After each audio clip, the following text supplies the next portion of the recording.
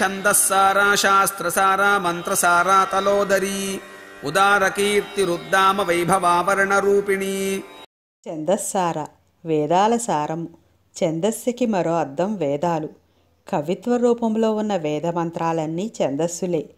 ఛందస్సు వేదపురుషుని పాదమన్నారు. పద్యరచనలో ఉండే నియమాలను ఛందస్సు అంటారు. ఛందస్సును మొట్టమొదట సంస్కృతంలో రచించిన వేదాలలో ఉపయోగించారు.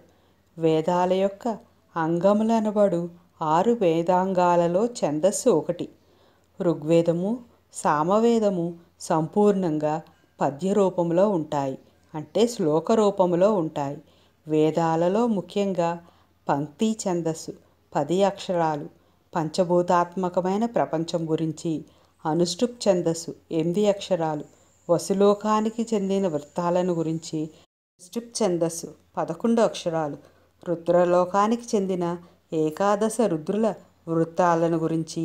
జగతీ ఛందస్సు 12 అక్షరాలు, దేవలోకానికి చెందిన ద్వాదశాదిత్యుల వృత్తముల గురించి చెప్పడానికి ఉపయోగిస్తారు. ఇక బృహతి ఛందస్సు 9 అక్షరాలు. ఇది ప్రజాపతులనబడే అంకెల గురించి, అధిదేవతల గురించి తెలియజేస్తుంది. బృహతి అనే 673వ నామములో మరింత వివరంగా తెలుపబడింది. అమ్మవారు శ్రీవిద్యా స్వరూపిణి. ఈ శ్రీవిద్యలో సర్వ ఉపనిషత్ సారము, గాయత్రి సారము ఉంటాయి. వేదసారాలే ఉపనిషత్తులు, మంత్రాల సంకలనాలే వేదాలు. అయితే ఈ మంత్రాలన్నీ ఛందోబద్ధాలే, అందుకని అమ్మవారు ఛందస్సార. శాస్త్రసార వేదాంతాది సమస్త శాస్త్రముల సారము. శాసించేదే శాస్త్రం. ఏమి చెయ్యాలి, ఏవి చెయ్యకూడదు అని నిర్దేశించేది శాస్త్రం. శాస్త్రములు 2 రకాలు. ఒకటి పౌరుషేయాలు. ఇవి మానవ అంటే ఋషులచే నిర్మితము. అవి మొత్తం 10. 1 పురాణాలు, 2 న్యాయశాస్త్రం, 3 మీమాంస, 4 ధర్మశాస్త్రం, 5 శిక్ష, 6 కల్పం, 7 వ్యాకరణం, 8 నిరుక్తం, 9 ఛందస్సు, 10 జ్యోతిష్యం. శాస్త్రాలలో 2వ రకం అపౌరుషేయం. ఇవి సాక్షాత్తు బ్రహ్మముఖం నుండి వచ్చాయి. అవే చతుర్వేదాలు. ఈ రకంగా మొత్తం శాస్త్రాలు 14. అందుచేతనే శాస్త్రసార అనబడుతుంది అమ్మవారు. ఈ శాస్త్రాల సారమంతా జ్ఞానమే. అమ్మవారు జ్ఞానస్వరూపిణి కాబట్టి అమ్మవారు శాస్త్రసార కూడా అవుతుంది. మంత్రసార మంత్రముల యొక్క సారము. మంత్రం అనేది బీజాక్షరాల కలయిక.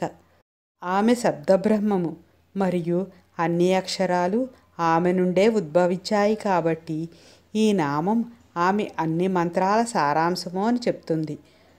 204వ నామమైన సర్వమంత్రస్వరూపిణి కూడా ఇదే విషయాన్ని తెలియజేస్తుంది. మంత్రాలు 3 రకాలు. అవి మొదటిది వైదికమైనది.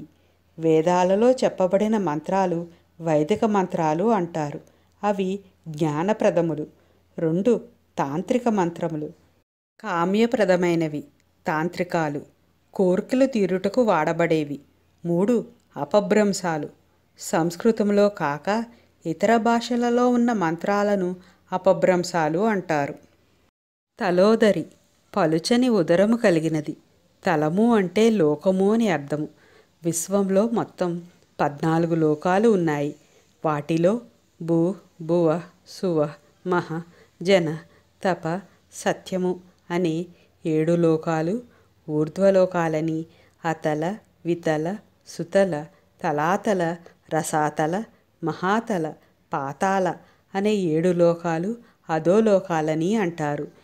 ఈ ఊర్ధ్వలోకాలు అధోలోకాలన్నింటినీ అంటే మొత్తం 14 లోకాలను అమ్మవారు తన ఉదరమునందు అనగా పొట్టలో కలిగి ఉంది కాబట్టి అమ్మవారు తలోదరి. తలము అంటే ఆకాశము అనే అర్థం కూడా ఉంది. తలము అంటే సన్నని నడుము అనే అర్థం కూడా ఉన్నది. సన్నని నడుము బహుసంతానానికి ప్రతీక. అమ్మవారి కన్నా బహుసంతానము గల తల్లి సృష్టిలో లేదు. ఉదార కీర్తి గొప్ప కీర్తి కలిగినది. ఉత్ అంటే పైకి, ఆరా అంటే ప్రకాశించు, కీర్తి అంటే కీర్తి కలిగినది. కీర్తి అనేది చేసిన కృత్యముల వల్ల వస్తుంది.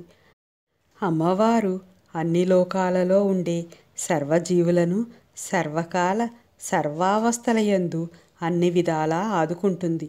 అందుకే అమ్మవారు సర్వరక్షాకరి అని కీర్తింపబడుతుంది. కాబట్టి అమ్మవారు ఉదార కీర్తి అవుతుంది. రక్షాకరి అని 317వ నామం ఈ విషయాన్ని ధృవీకరిస్తుంది. ఉత్ అంటే ఊర్ధ్వగతి. ఊర్ధ్వగతిలో ఆరాధించే వారికి అమ్మవారు కిరణ్మయగా దర్శనమిస్తుంది. ఊర్ధ్వగతిలో అంటే కుండలినీ యోగాలో మూలాధారం నుండి సహస్రార మార్గంలో అని అర్థము. ఈ మార్గము గుండా మన కుండలిని శక్తిని పెంచుకుంటూ ఉపాసించే సాధకులకు సాధనా ఫలంగా అమ్మవారు పూర్తిగా వెలుగు ముద్దలాగా దర్శనమిస్తుంది. కాబట్టి అమ్మవారు ఉదార కీర్తి అవుతుంది. ఉద్దామ వైభవ, అధికమైన వైభవము కలిగినది.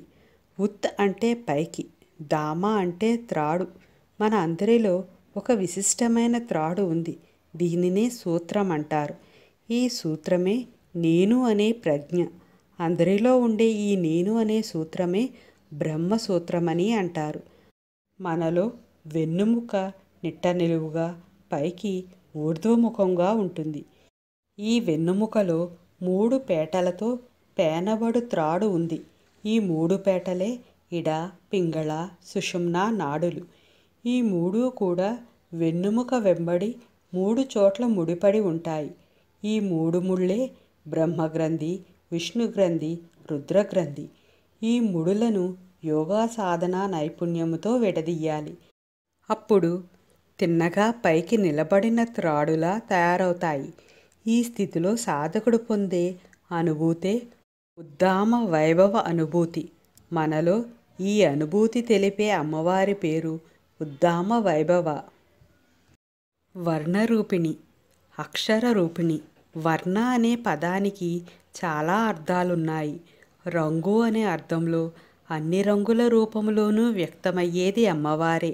అలాగే అక్షరం అనే అర్థంలో అన్ని అక్షరాల స్వరూపముగా ఉన్నది అమ్మవారే. అలాగే మనుష్య జాతికి సంబంధించిన వర్ణం అనే అర్థంలో అన్ని వర్ణాల రూపంలో వ్యక్తమయ్యేది అమ్మవారే అని ఈ నామానికి అర్థంగా చెప్పుకోవాలి. గౌరీ, కాళీ, లక్ష్మి, సరస్వతి మొదలైన స్త్రీ దేవతలందరూ వేరువేరు రూపాలలోనే కాకుండా వేరువేరు దేహఛాయలలో ఉంటారు. ఇలా వివిధ రూపాలలో వేరువేరు వర్ణాలతో ఉండే స్త్రీ దేవతలందరి స్వరూపంలోనూ ఉండేది అమ్మవారే. కాబట్టి అమ్మవారు వర్ణరూపిణి. ఛందస్సారా శాస్త్రసారా మంత్రసారా తలోదరీ ఉదారకీర్తిరుద్దామ వైభవావరణ రూపిణి.